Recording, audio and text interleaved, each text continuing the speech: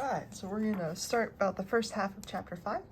Going to start by talking about constitutional isomers versus stereoisomers, and we'll get more into stereoisomers and how they break down a little further. One of the first things is just to recognize the difference in the two, and we're kind of already there. We discussed cis and trans in the last lecture, and we've discussed constitutional isomers kind of at the beginning of the semester. So a constitutional isomer is just the same molecular formula, right? But it's just put together differently. So here, if we were to name this would be 2-methylpentane, and this would be 3-methylpentane. Same number of carbons, same number of hydrogens, just different constitution and different order. And then we have stereoisomers. You have the same groups on the same carbons, but the difference in this case is one is cis and one is trans. So one is on the same side. Remember, just to kind of refresh your memory, if we're going to do this, let's do it. If we're going to draw a chair conformation, oh, never mind, this isn't going to work as pentane. But if it were a hexane, if we drew a chair conformation, for the cis, they'd both be up or they'd both be down. And for the trans, one would be up and one would be down, just to kind of remind you of that. So those are called stereoisomers, where the three-dimensional structures are different. All right, so it says identify the pair of compounds as constitutional isomers or stereoisomers. So essentially, if they look exactly the same, but one is facing one direction and one's facing the other, like one's in the plane and one's out of the plane, then they'll be stereoisomers. If they look very different, but they have the same formula, then you know that they're going to be constitutional. So this one I can tell right away. These are both dimethylpentanes, but they're in different orders. So this would be 2,3-dimethylpentane.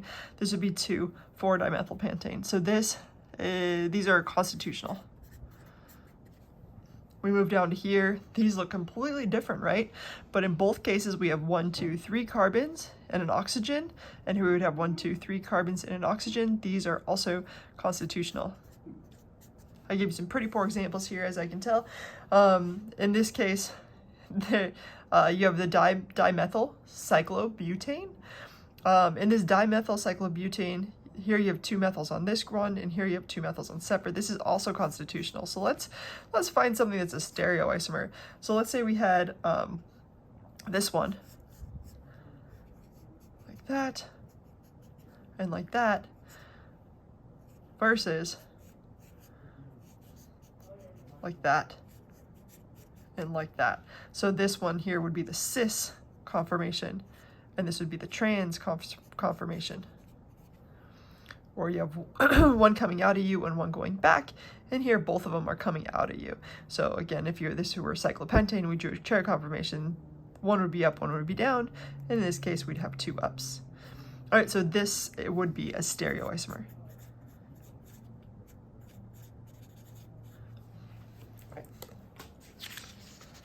So again, we're going to stick with kind of the theme of stereoisomers and walk through what that means a little more. So it talks about hands. Left and right hands are not superimposable on each other. They're mirror images, right? If you hold them next to each other, my thumb's here, etc. So if I put a mirror right here, I would reflect back this, my left hand over here. But they're not superimposable, meaning I can't like align them so they're exactly the same. You know, I can do this, but my hand over here is not facing up. So they're not exactly the same. They're non-superimposable. And that's what that means, that you can't move it around so that it's superimposable. As opposed to, well, actually, I'll show you an example here in a little bit when we get there. All right, so if they are not superimposable, meaning if you cannot move them around to get them to match each other, we call those chiral, and we'll find a very easy way to recognize if something's superimposable or not. But if they are, they're called achiral. So chiral things are going to be very, very special when you have something that's a mirror image, but it's not the same, and we'll talk about that as we go as well. A stereocenter is going to be a carbon with 4 different groups attached to it. So, and we're gonna, let's see.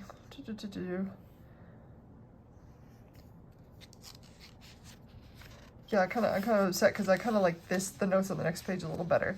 We'll come back here if we need to. Let's talk about stereocenters. So here we have, sometimes you don't need words, but you can have words to back you up. Here we have some stereocenters. Okay. An example of that would be this carbon right there.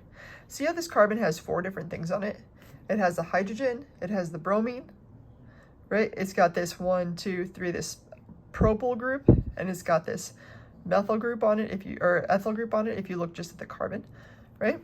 So this has 4 different things on it. Anytime you have 4, let me get some paper behind me. Different things on a carbon, we're going to go ahead and call that a stereocenter.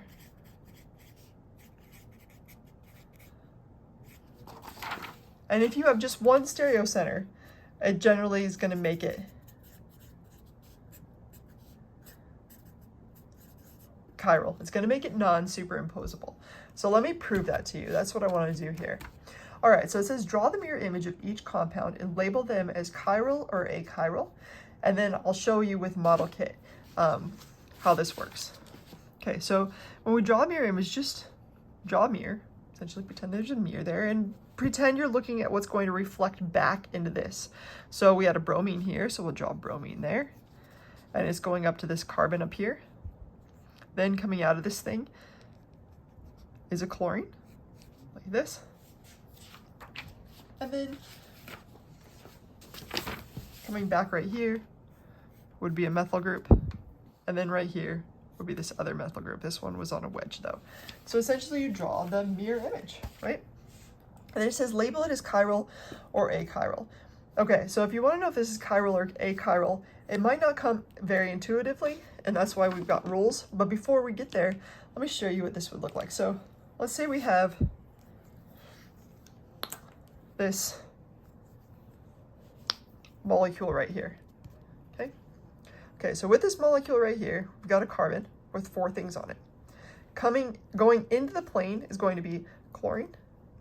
So let's go ahead and put a chlorine on there. I'll put the chlorine in green since it's smaller. So that's going to be our chlorine going in. And then within the plane right here, like actually in the plane itself, is bromine. Okay. So this would be this molecule right here. It's got a CH3 coming out and another CH3 right here. So these would be CH3s. Okay, so that's one. Let's draw another one. Let's draw its mirror image.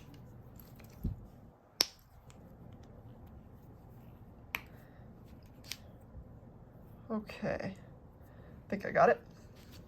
Okay, so that would be its mirror image, right? So chlorine going into the plane, bromine coming out, or bromine, excuse me, within the plane like this. And then you got the CH3 coming out at you in both situations. All right, so the question is this superimposable? Because if it is, it's achiral, but if it is not, it's chiral. So let's move it around and see if we can get the exact same thing. When I do that, I hope you agree that these are the exact same molecule, right? Let me do a better job, flip it around even better, right there. They're exactly the same. You can superimpose them like this, whoop, like this, and you'll see that they are exactly the same molecule, okay? Even though it didn't really seem like that at the beginning, when you were looking at the mirror image this way and this way, they are. So this would be called achiral. Again, because even though you do the mirror image, they're superimposable. So pretty much they're exactly the same molecule. All right, now let's change it up. Now we have the kind of the same thing. You've got a bromine and draw it better here. So you got the chlorine coming out at you. You got a bromine in the plane, so it'll be like this. You have a hydrogen there, but up here you have a methyl group. So you know what I'm going to do? I'm going to draw a carbon for a methyl group on this one. So let's put a carbon as a methyl group. All right, that's this dude right here. Okay. All right, I'm gonna put this down. Let's draw its mirror image. We'd have a bromine going down to this, going up to a methyl group, and then out a dashed H, and then a wedge Cl. So let's draw this. We already have that one. I need another carbon. Okay. So I'm going to draw the mirror image. Jigga jigga, jigga,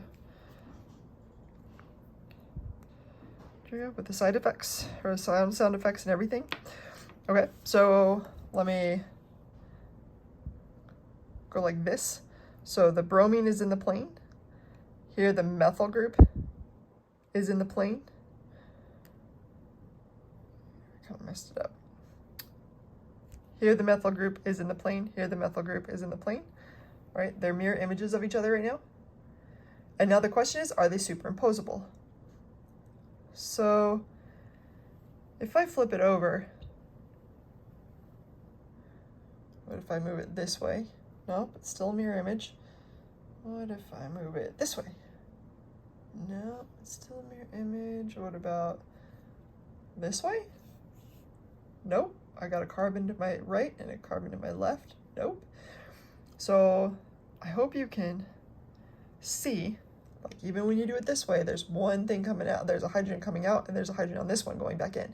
No matter what I do, they're not superimposable. They're like your hands. You can't move them any two ways to make them align perfectly. So this would be considered chiral.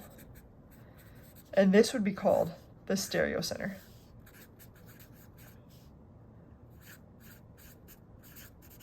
Again, anytime you have 4 different things on it, we'll call it a stereocenter. Okay, let's use that knowledge and answer this question. So it says, locate the sterogenic center. I should really centers and albuterol. We'll put center. Albuterol is something I've become very familiar with lately with bad asthma. So let's go through and look at what might be a stereocenter, because it might not come, should be stereogenic center. This might not come as easily as you would think. So for example, look for carbons that have single bonds on them, because that's the only time you're going to have 4 different groups on something. So we're looking for single bonded things. I see a carbon right here, for example, that's a single bond, but don't forget this would have 2 hydrogens on it, 1, 2, and those are the same thing. So even if I drew the hydrogen, hydrogen, hydrogen, that's not a stereocenter. We're looking for centers that have 4 different things on them. So as I move up through here, no, that's got a double bond. All these have double bonds. I move up to this carbon right here. Over here, I've got this crazy benzene thing. Over here, I've got this amine stuff. And up here, I've got an alcohol group. And then don't forget, you also would have a hydrogen here. This is a stereocenter. It's got the hydrogen, the OH, this business, and that business, 4 different things. If you look over to this carbon over here, you've got 1, 2, 3 methyl groups. They're all the same thing. That would not be the stereocenter. So this right there is going to be your stereocenter.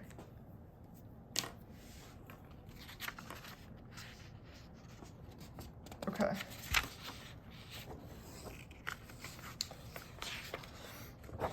So I shortened it to stereocenter, but I think that's how I was taught, but your book calls them stereogenic centers, so we can stick with that. So any molecule with 1 tetrahedral stereogenic center, which they should all be tetrahedral unless there's some kind of torsional strain, is a chiral compound and exists as a pair of enantiomers. Okay, now we've got a new term, enantiomers. You're gonna have to know that. So just to remind you of our terms so far, we have constitutional isomer, we have a stereoisomer, and now a subclass of stereoisomers would be enantiomers. Okay, there are 2 different ways of drawing enantiomers. One is like if you just do the mirror reflection like we already did. So you just pretend there's a mirror, draw everything else reflected back. The other way, which I find to be a little easier without having to think too strongly about it, is this one, where essentially if something's on a wedge, you put it on a dash. If something's on a dash, you put it on a wedge, and it automatically makes it a stereogenic center. So I kind of prefer that, or it automatically makes it, excuse me, an enantiomer. All right, let's go ahead and draw the enantiomers of this using those two different methods. So step number one, let's go ahead and look at the mirror method. So if you draw a mirror right here, just look at what's over here, draw it over here, and reflect it back in the opposite direction. So here you'd have an H and then an O. And it goes down, and then it goes up to a double bonded O. Going down. And then over here we'd have an NH2. Here we'd have an H. And then we'd have a CH3 group in the back right there. So this right here would be our stereogenic center. That's the mirror way. All right, the other way to draw this, so this is A. The other way to draw this is to essentially focus on this thing, draw it the way it is. But the difference is, instead of putting the NH2 on a wedge, I'm going to put it on a dash. Instead of putting the H on a dash, I'm going to put it on a wedge. And that would be a stereogenic center. So that would be an enantiomer of this. So again, these are called enantiomers. And it's just two different methods of doing the same thing. So these two molecules are the same. In fact, if you pretend that you flip this one around, you would get this.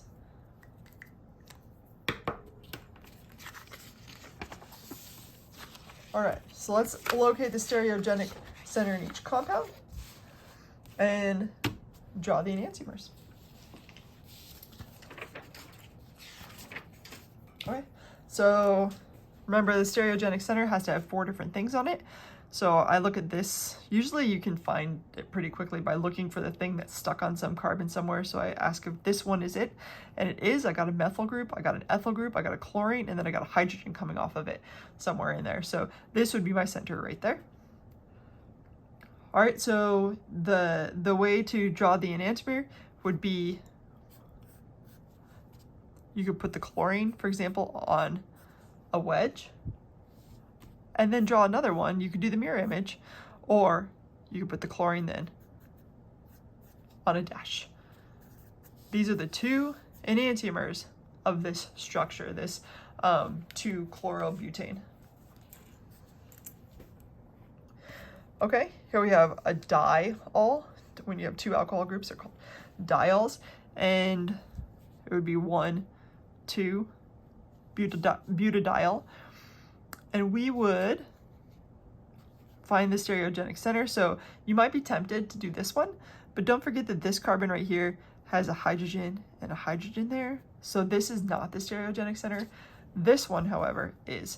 It's got this ethyl group, it's got an alcohol group, and it has this ethanol kind of thing attached to it. So that's why this would be the stereogenic center. So when you go to draw it, you can put it on a wedge, like that, and draw another one, throw that sucker on a dash. And now you have 2 enantiomers there. Okay, in this one, it's a drug used to treat breast cancer. Locate the stereogenic centers and draw the enantiomers. The beautiful thing is wedges and dashes, when they're drawn, usually give away the stereogenic center. I can't think of a situation where you would draw a wedge or a dash if it wasn't a stereogenic center, because if you aren't drawing a wedge or a dash in a 3-dimensional kind of thing like this, or if you do draw a wedge or a dash, it automatically changes the full geometry of the thing. So we want to represent tetrahedral, and the way you represent tetrahedral is having one go back and having one come out at you. So I can't imagine a situation where that doesn't happen. So that's the stereogenic center, that's the stereogenic center, that one, and that one. So if we want to draw the enantiomer of this, we draw this whole molecule again and simply switch all the wedges to dashes and dashes to wedges. So the whole thing. I'm trying to keep my hand out of the way, but I don't know how that's going to be possible. This is a big molecule. What a horrible example. And then, so I'm just going to draw the molecule without the wedges and dashes, and then we'll come back through and fill it up. And then if you got some of that sweet chemistry writing paper that you guys have, this cyclopentane is going to throw you off. I'm sorry. Okay, so now just go through and draw all the things that we're supposed to draw. So here I had a methyl group on a wedge. I'm going to draw it on a dash. I'm going to do all my wedges first. Here I had a hydrogen. I'm going to draw it on a dash. Here I had a methyl group. I'm going to draw it on a dash. All right, and then here I had a wedged hydrogen, and here I had a wedged hydrogen. So this now becomes a dashed hydrogen, and this one also becomes a dashed hydrogen. All right, so essentially just switching the wedges and the dashes immediately makes it in an enantiomer. So these are two enantiomers about each other. People might wonder, what if you just switch one or two of them? What does that make it? That would make it a stereoisomer, right? Because you're going to have different, some going up and some going down. However, it's not going to be a true enantiomer. A true enantiomer is completely opposite from the other one, in case that happens to be one of your questions. Okay, ooh, we are rocking and rolling. All right, naming enantiomers with the prefix R or S. Whew. Okay, so when I go, let me go back to this. Maybe over here. I've always named these things. Like I said, it's 2-chlorobutane. But this molecule is completely different than this one. And what we'll find out is that means they have two totally different properties when you have true enantiomers with stereogenic centers. So two totally different properties. One might be a medication that makes you feel amazing and changes your life, and one might kill you. That's how different it is to have two different, to have a stereogenic center. All right, with that knowledge in hand, it's pretty important then to figure out which one's right and which one's a certain one and which one's the other one. And to do that, we come up with a naming system. Before we can get to the naming system, we have to learn about something called priorities. So you're assigning a priority. The highest atomic number gets the highest priority, which would be number 1. So number 1 is going to be the one that gets the highest atomic number. Let me grab that periodic table here. I think I got one. To remind you of atomic numbers, this is atomic number 1, that's 2, 3, 4, 5, 6, 7, 8. So as we go down the periodic table, you're going to have a higher atomic number. Okay, let me give you an example here. Let's say you have a stereogenic center.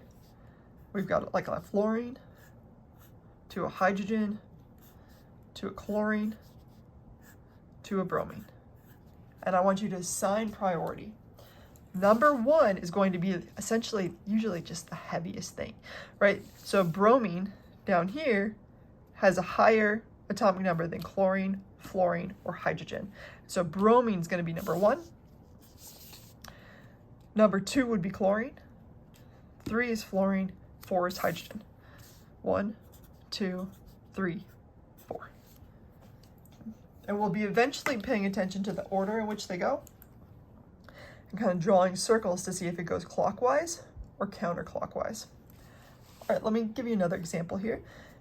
If 2 atoms on a stereogenic center are the same, you assign priority based on the atomic number of the atoms bonded to these atoms.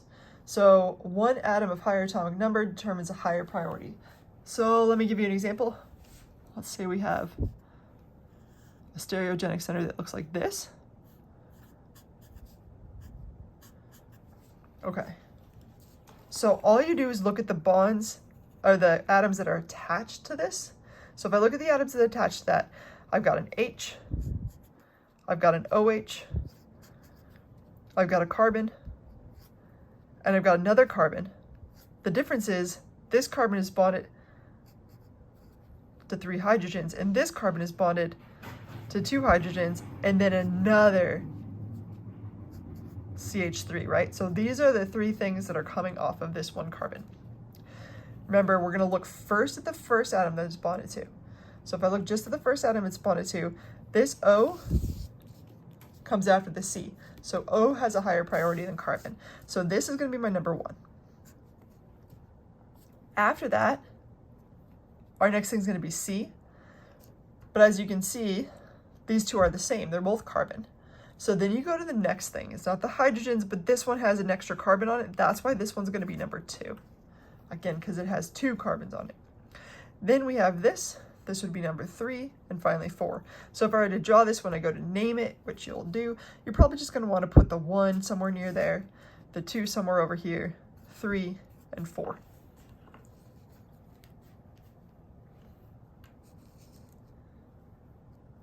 Okay, if in the very rare situation that you get 2 isotopes that would have the same atomic number, you're going to look at it in terms of decreasing mass number. So that's worded kind of heavily, but let's pretend you have like hydrogen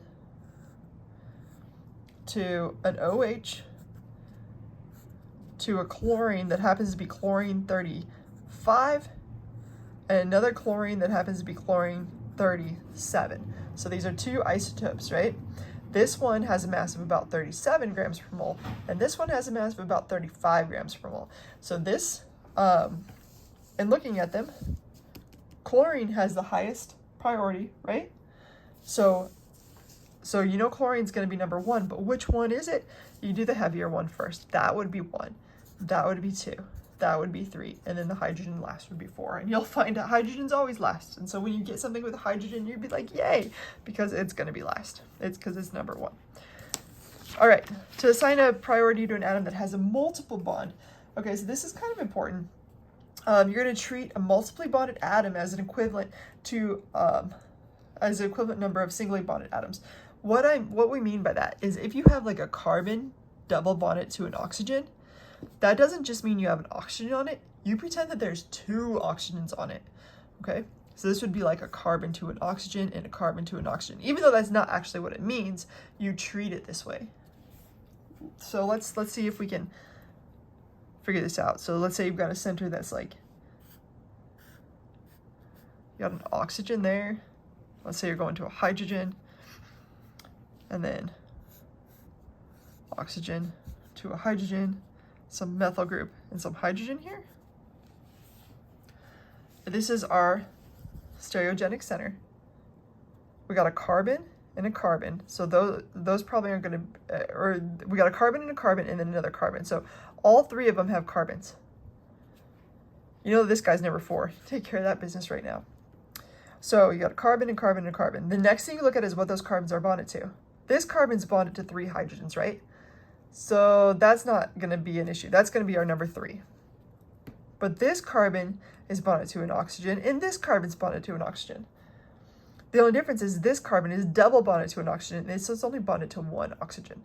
So that's why this takes higher priority. That is our number 1, and that is our number 2. All right, so again, anytime you have something that's a double bond, you treat it as more importantly. And the same goes for when you have like a carbon double bonded to a carbon.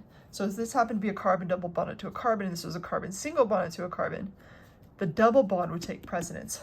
Same with a triple bond.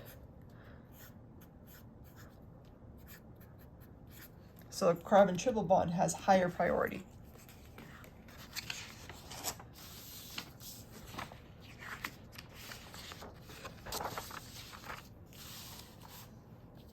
All right. I think this would be a really good thing to kind of go through slowly, and work through and make sure you understand it. I wish I should have printed it out. Maybe I'll do this in class, or at least draw it on the board and have you guys go through and assign priorities on your own. Because it just walks through some certain examples. One of the interesting examples that you might not have thought of is this one over here. I like this example a lot because when you start looking at stuff, you might think, oh, this has more carbons, so this one's going to be bigger. But here, if you went through each one, if this is the center, this one's a carbon, this one's a carbon, that one's a carbon, that one's a carbon. They're all carbons. But when you go back and look at those individual carbons, this one's attached to 1 carbon, this one's attached to 1 carbon, this one's attached to 3 hydrogens, and this one's attached to 2 carbons. So because this one right here is attached to 2 carbons, this one gets the highest priority. Then you can move on and go the way I think it more intuitively comes. This one's like a longer chain, so it's got more carbons going down the road. This one's more carbons. So that's why it's 2, 3, and then 4. This one's very similar to the last example we did, where you're just looking at the fact that this carbon is double bonded and this one is only single bonded. So this one takes priority. All right, so let's go ahead and label these. We're going to talk about R versus S. I don't know why, it stuck with me forever, but when I was studying for this, I said clocks are right. I think I remembered that clocks are always right at least two times a day. So clocks are right. So what I mean by that is if it goes clockwise, you're going to assign it R. If it's counterclockwise, you are going to assign it S. This is only when the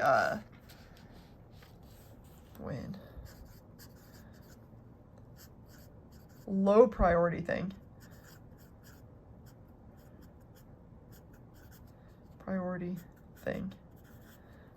which is usually a hydrogen, is in back. And we'll talk about what happens when the low priority thing is in the front. But this is generally how you'll be given it for the first couple examples, and then I'll show you an example of the alternate.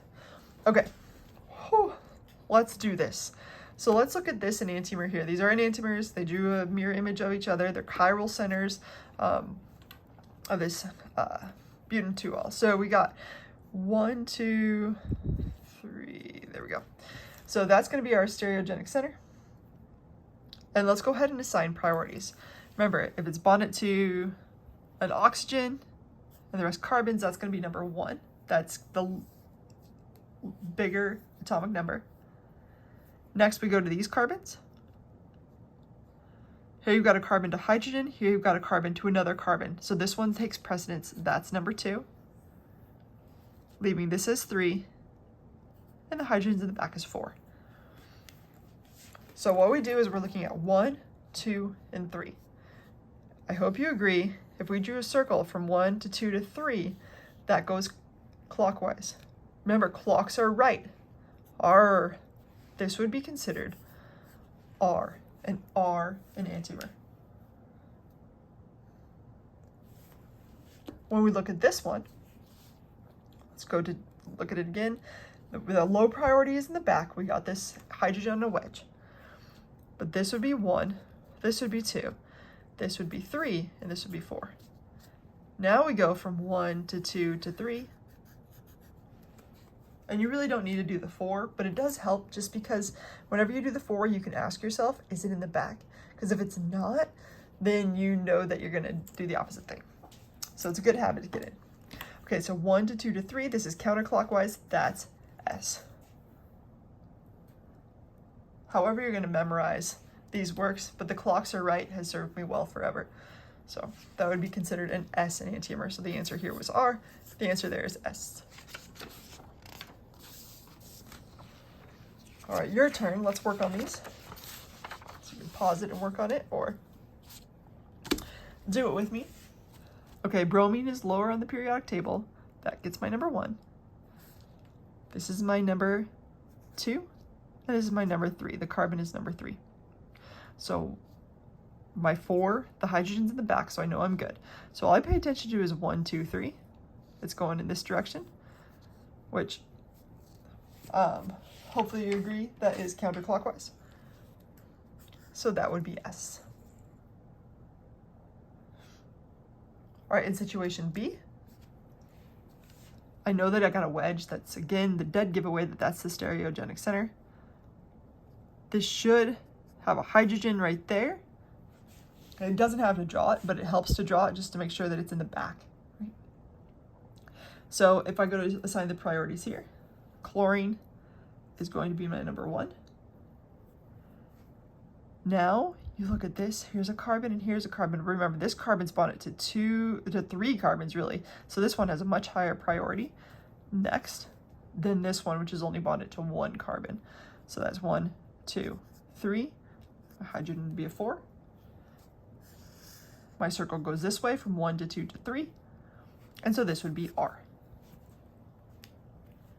Again, you're looking for your hydrogen where the wedge is on back. All right, but you're not always so lucky. So when you're low priority,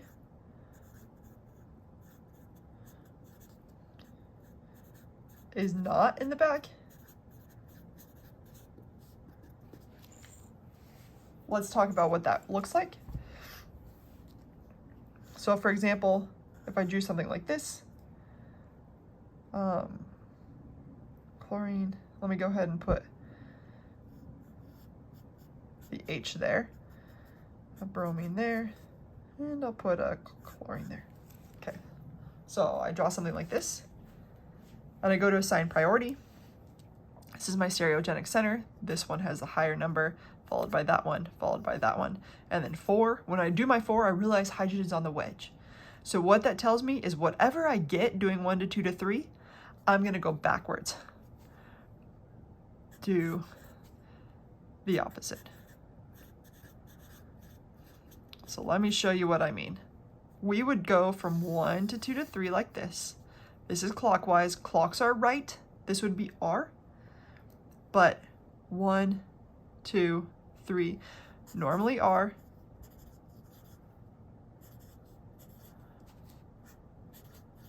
But I'm gonna make it S.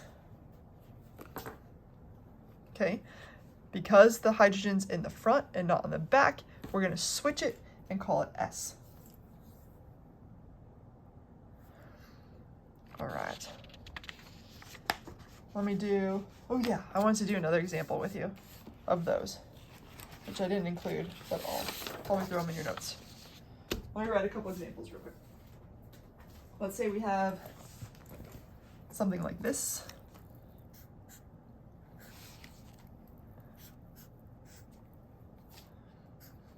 And something like that.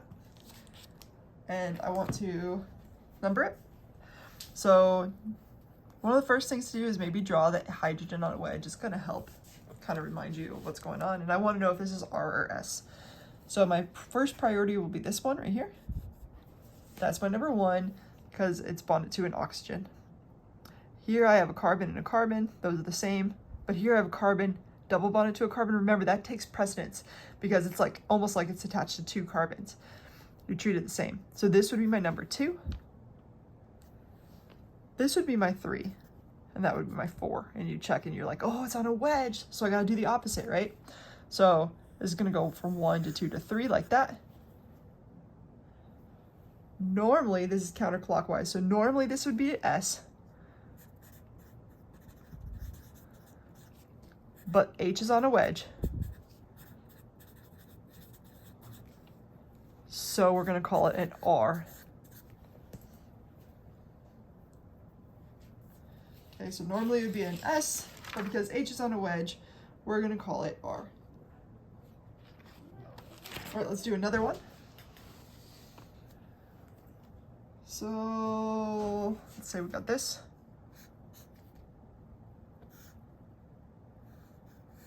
You don't see this too much. An ethyl group on a wedge.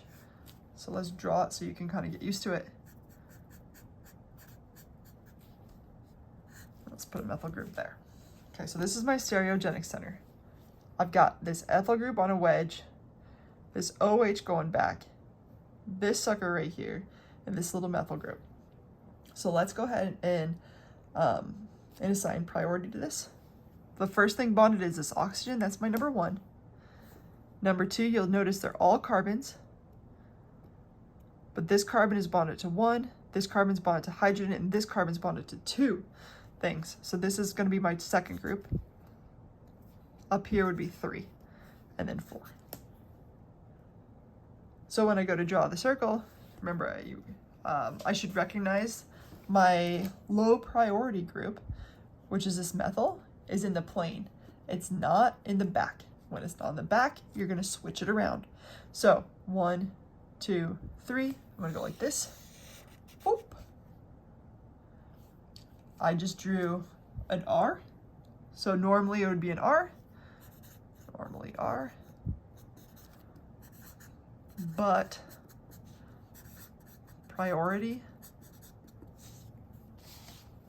low priority is not in back. What I mean by that is your number 4 is not in the back, it's in the plane.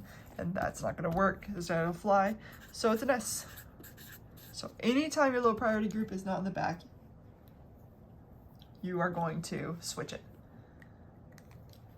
All right, we are gonna end there. We'll start with diastereomers on the next one. So have a good day, everybody. Bye.